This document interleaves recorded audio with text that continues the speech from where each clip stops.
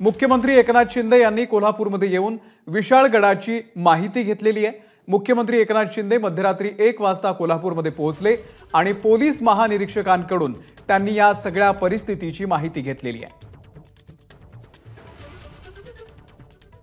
विजय केसरकर आपले प्रतिनिधी या संदर्भातले अपडेट देतील। विजय, काल विशाळगडावर आणि विशाळगडाच्या पायथ्याला जे काय घडले ते संपूर्ण महाराष्ट्राने बघितलं आणि याच्यानंतर मुख्यमंत्री जे पंढरपूरला आले होते ते मध्यरात्री कोल्हापूरमध्ये दाखल झाले। कोल्हापूर विमानतळावर त्यांनी कोल्हापूरचे जिल्हाधिकारी असतील त्याचबरोबर आयजी असतील यांच्यासोबत चर्चा केली आणि इथला सगळा जो काल प्रकार घडला त्या प्रकाराचा आढावा आहे तो त्यांनी घेतला आणि सूचना देखील केलेल्या आहेत। काल ज्या पद्धतीनं विशाळगडावर जे सगळं घडले त्याच्यानंतर संभाजीराजे यांना प्रशासनाच्या वतीने आश्वासन देण्यात आलं की जे अतिक्रमण आहे ते लवकरात लवकर काढून घेतलं जाईल आणि त्याच्यानंतर हे सगळे आंदोलन शिवभक्त आहेत ते पूर्णपणे माघारी फिरले होते।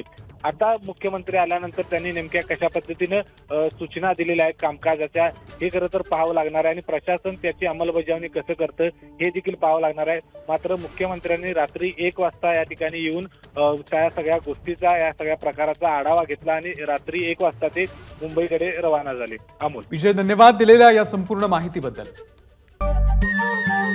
नमस्कार। मनसुद्धा तुझं ही वेगळ्याच प्रकारची मालिका तुम्हा सगळ्यांना खूप आवडली होती। याचा दुसरा सीझन कधी येणार अशी विचारणा झाली। प्रतीक्षा संपली आहे मित्रांनो, येतोय मनसुद्धा तुझाचा दुसरा सीझन। होय मनसुद्धा